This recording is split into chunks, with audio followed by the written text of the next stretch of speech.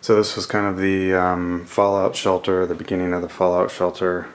Just have some candle props. Again, I use a lot of these just to add more lighting where I need it.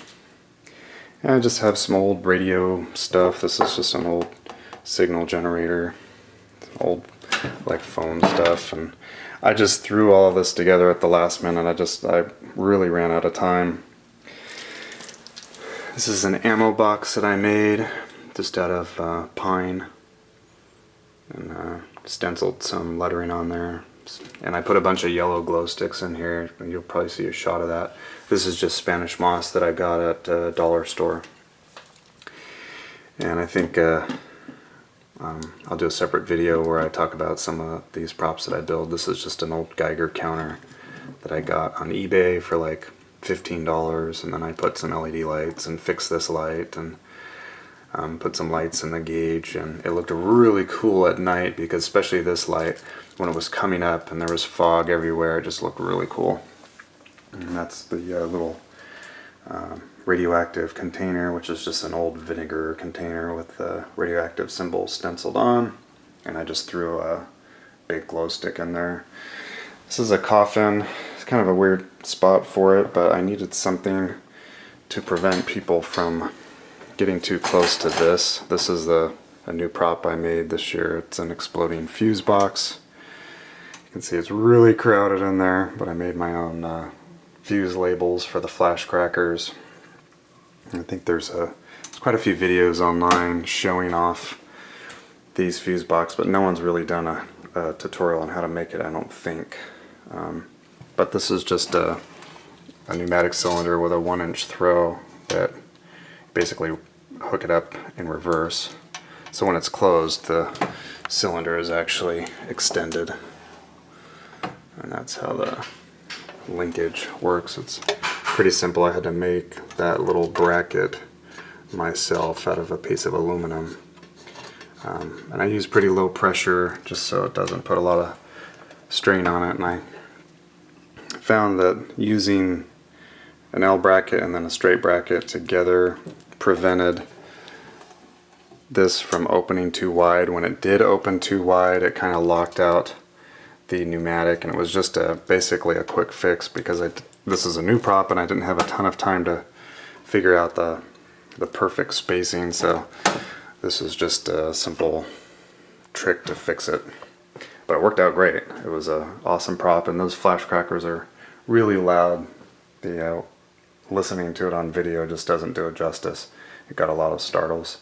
And then I have just a pipe going up with the motion sensor, and that's where the air goes in. And then I have a speaker up here to play. It was playing just kind of a hum, and then right before the scare of the flash crackers, just some electrical arcing sounds.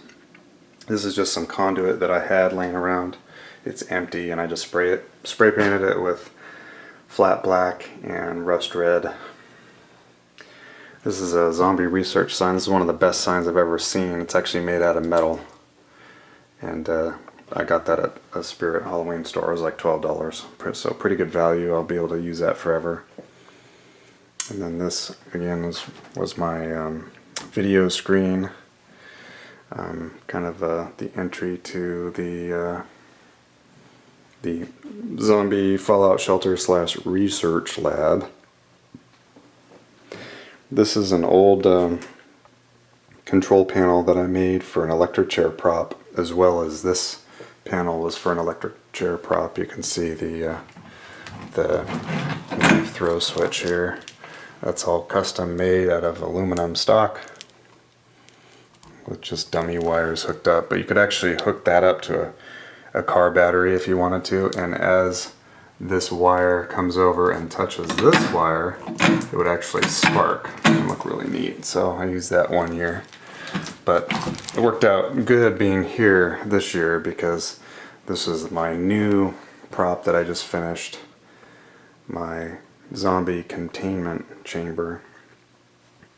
And it's just all made out of wood, continuing my rivet theme. the wood plugs. I tried metallic spray paint and it worked out pretty good. I did a lot of sanding because I didn't want that wood grain to show up. You can see it in the lighting here, but with all the lights off during Halloween, it really looked like metal. It was cool. And I just have some tubes and PVC pipe running up. And there's pneumatics that actually push these out. I wanted to have blue lighting in here, but I didn't have time to wire everything up. You couldn't really see the, on my walkthrough on Halloween night, you couldn't really see these popping out, so I'll fire this up in a second here and I'll show you what that looks like. And then you walk in here. Okay, a quick cutscene here. This is the monster door on my garage facade, and this is how it opens in. There's just hinges on the back. So on Halloween I just opened this door and then secured it with a latch. Those are the hinges there. So I forgot to show that, so thought I'd show it to you. This was the Mad Scientist lab. Again, I ran out of time and didn't have a lot of time to really decorate the way I wanted to, but it didn't matter. It just looked great and I got a lot of compliments on it. That was just a chalkboard. I bought the chalkboard paneling at Home Depot and just threw together a picture frame with just cheap furring strips.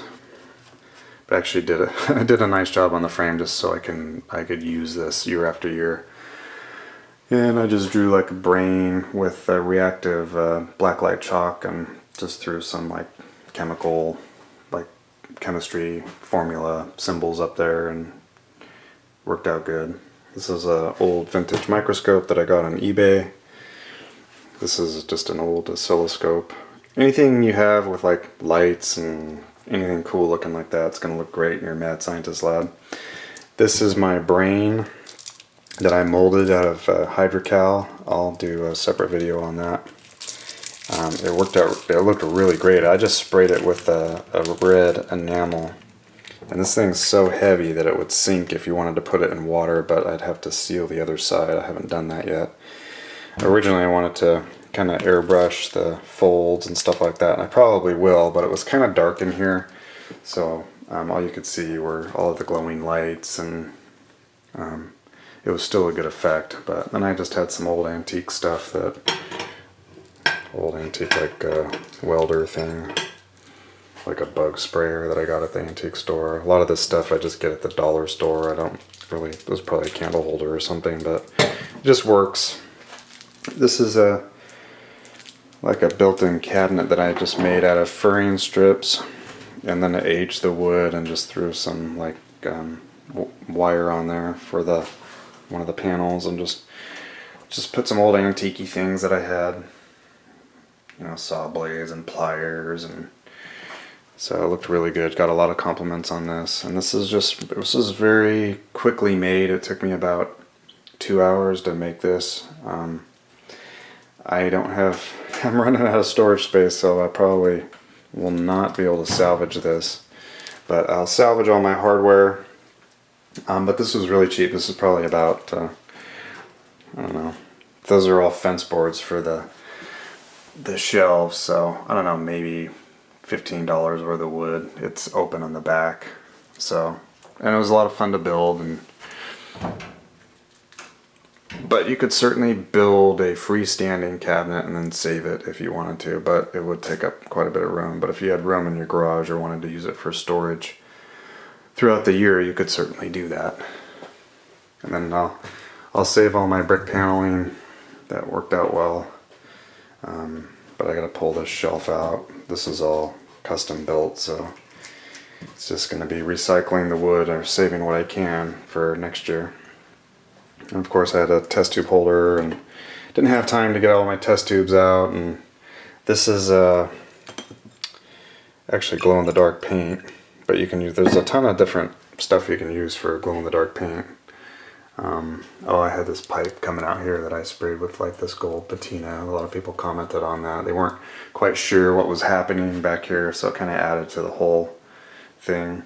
Originally I had bubbles, tried to have bubbles going to both of these, but the pump I bought just was really, I thought I had spent a good amount of money on this aquarium pump I got it at PetSmart. Anyway, it's garbage. It's loud, and I bought a manifold, and that wasn't working right, so I just ran air to one of them, and it worked out fine. It looked good. So that is it. Let me turn this guy on, and I'll show you kind of how those pneumatics look. And next year I'll have a lot more time next year to kind of put some more lighting in it. I already have lighting installed down on the bottom to cast like a blue light that's hidden. I just didn't have time to wire it up. I literally got this finished like the morning of Halloween just to get it working.